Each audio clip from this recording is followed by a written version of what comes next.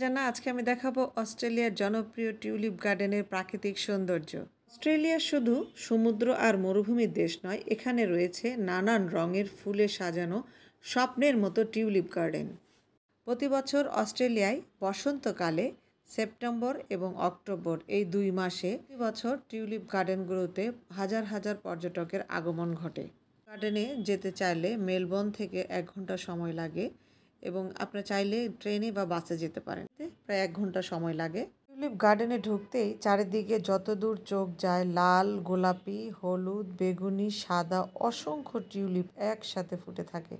ফুলের গন্ধে আর রঙে মেলায় মনে হবে যেন স্বপ্নের রাজ্যে এসে পড়েছি।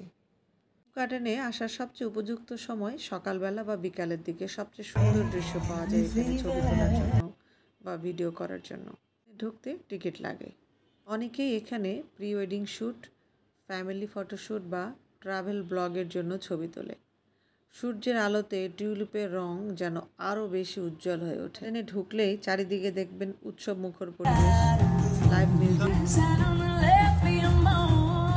টিউলিপ গার্ডেন শুধু ফুল দেখার স্থান নয়, এটি প্রকৃতির রঙের উৎসব, মনকে প্রফুল্ল করার জায়গা আর ভ্রমণ প্রেমীদের জন্য স্বর্গ।